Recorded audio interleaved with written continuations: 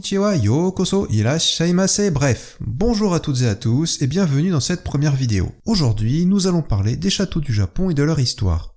Et elle est assez mouvementée, vous allez voir. On dit que le Japon a possédé jusqu'à 30 000 châteaux qui ont été édifiés au fil des siècles depuis l'Antiquité jusqu'à notre ère moderne. Aujourd'hui, environ quelques milliers existent encore, mais une majorité d'entre eux ne sont que des ruines. En effet, seulement une centaine possèdent encore des bâtiments, dont une cinquantaine avec des constructions d'origine. Mais uniquement 12 d'entre eux ont conservé leur donjon principal en bois. Les premiers châteaux sont apparus au cours de l'ère Yayoi quelques centaines d'années avant Jésus-Christ. Mais ces édifices s'apparentaient plutôt à des villages fortifiés et non à de vrais châteaux. Un très bon exemple est le parc Yoshinogari qui se situe dans la préfecture de Saga sur l'île de Kyushu au sud du Japon. Puis au fil des siècles, ces villages ont évolué en places fortes avec barricades, puis en forteresses pour enfin devenir les châteaux que l'on connaît, c'est-à-dire entourés de murs d'enceinte en pierre, de douves, de tourettes, avec en leur centre le donjon principal, le Tenshukaku, aussi appelé Tenshu.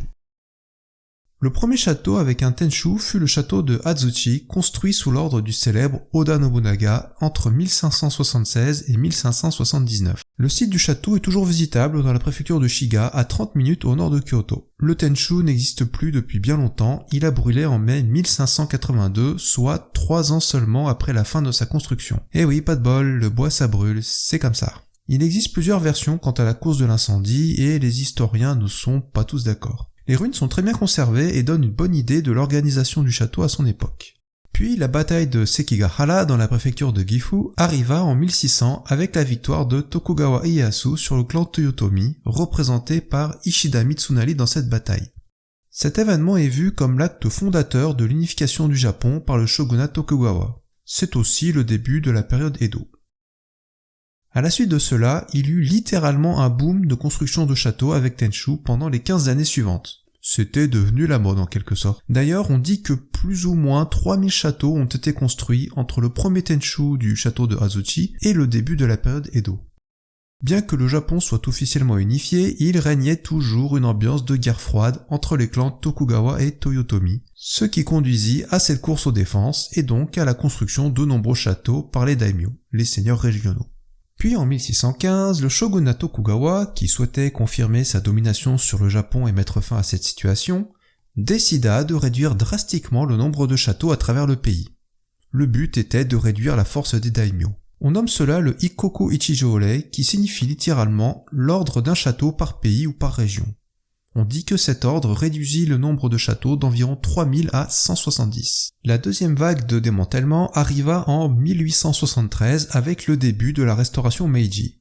On appelle cela le Haijōrei, qui lui signifie l'ordre d'abandon des châteaux. En effet, pour faire face à la modernisation du Japon et sa réouverture sur l'extérieur, le pays décida de réquisitionner les places fortes, donc les châteaux, pour en faire des bases militaires. Mais comme leur nombre dépassait largement les besoins, il fut décidé de garder uniquement ceux jugés utiles et de démanteler les autres. Même parmi ceux conservés, on détruisit certaines parties pour réduire les coûts liés à l'entretien qui étaient énormes. L'autre raison était aussi que ces grosses structures en bois n'étaient plus du tout adaptées aux techniques de guerre actuelles. Pour la petite anecdote, les Tenshu représentaient un tel poids mort que leur prix fut revu à la baisse comme jamais. Par exemple, le château de Matsue, désigné comme trésor national en 2015, ne valait plus que 180 yens, et le château de Himeji, classé au patrimoine mondial de l'UNESCO, valait seulement 23 yens. Pour comparaison, à l'époque, un sac de riz valait moins de 3 yens. Donc, le château de Himeji équivalait à peine 10 sacs de riz. Amis spéculateurs, c'était le moment d'acheter. Face à ce génocide de châteaux, certaines personnes se sont battues pour leur conservation, estimant qu'ils avaient une valeur artistique et culturelle. Comme par exemple le château de Matsue, où la population s'est battue pour récupérer de l'argent et racheter le château, et éviter ainsi sa destruction en s'associant au département de Shimane. À la veille de la Seconde Guerre mondiale, on compte encore 20 châteaux avec un Tenshu d'origine. Lors du conflit, 7 d'entre eux vont être rasés. On retrouve parmi les victimes les châteaux de Mito, Nagoya, Oogaki, Wakayama, Okayama, Fukuyama et bien sûr Hiroshima. Donc ces 6 années de conflit n'ont pas détruit énormément de Tenshu, mais il s'agissait de rares survivants à l'histoire, ce qui en fait une perte terrible pour le pays. Un des miraculés de cette guerre est le château de Himeji où tout a été détruit autour, sauf le château. Pourtant, les Américains ne sont pas réputés pour leur précision, c'est le moins qu'on puisse dire. On notera que le dernier Tenchu d'origine à avoir disparu est celui de Matsumae sur l'île d'Hokkaido à cause d'un incendie en 1949. Aujourd'hui, on ne compte donc plus que 12 châteaux avec leur Tenchu d'origine. D'autres sites possèdent aussi des bâtiments d'origine comme des tourelles, des portes ou des murs d'enceinte.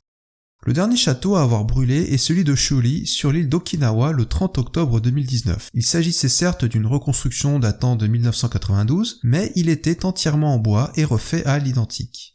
Petite parenthèse sur le château de Shuri, vous aurez remarqué qu'il n'est pas dans la liste des 20 châteaux avec un Tenchu d'origine avant la Seconde Guerre mondiale. Pourtant, il a bien été détruit pendant le conflit. En fait, ce château ne possède pas de Tenchu, mais un palais qui, lui, était bien d'origine et en bois. Donc c'est aussi une perte importante à ne pas oublier. De nos jours, la plupart des Tenchu que l'on peut visiter sont des reconstructions que l'on considère ainsi une fois reconstruits à partir du début du XXe siècle. Certains sont fidèles à l'original et faits en bois comme à l'identique. On en compte seulement 5, dont les châteaux de Kakegawa et Shirakawa. D'autres sont fidèles sur l'apparence extérieure, mais en béton. Il y en a 9, comme celui de Nagoya et de Hiroshima. Et d'autres aussi sont en béton, mais ne respectent pas l'apparence originale. Il en existe environ 60, comme celui d'Osaka et de Gifu. Pour revenir sur le terme de château, beaucoup de gens font l'amalgame entre le donjon principal, le Tenchu donc, et le château dans son ensemble. En effet, un château regroupe tout un ensemble de bâtiments et de zones séparées par des murs d'enceinte, des remparts, des douves, etc. Donc c'est le site entier qui est un château et non pas uniquement le Tenchu. Par exemple, il est courant de considérer le château d'Osaka comme un château à touristes où tout est faux, bien que le Tenchu vu de l'extérieur soit joli. Alors c'est vrai si l'on considère le Tenchu uniquement, mais le site du château lui est vraiment génial. La hauteur et la conservation de ses murs, de ses douves sont exceptionnelles. Le château possède aussi plusieurs tourettes et portes d'origine qui ont même survécu au bombardement américain. Même si l'on a rarement accès à l'intérieur des tourettes, le site est visitable gratuitement. Seule la visite du Tenchu est payante. C'est aussi un des spots les plus prisés d'Osaka pour le fameux Hanami début avril. C'est la fin de cette vidéo, merci de l'avoir suivi jusqu'au bout, j'espère qu'elle vous aura plu. La chaîne est nouvelle, on va donc commencer par des contenus assez globaux, comme ici, pour aller plus dans les détails par la suite. Si vous avez des remarques ou des conseils, n'hésitez pas à les écrire en commentaire, je me ferai un plaisir de tous les lire et de vous répondre. À la prochaine, sur ce, Okini!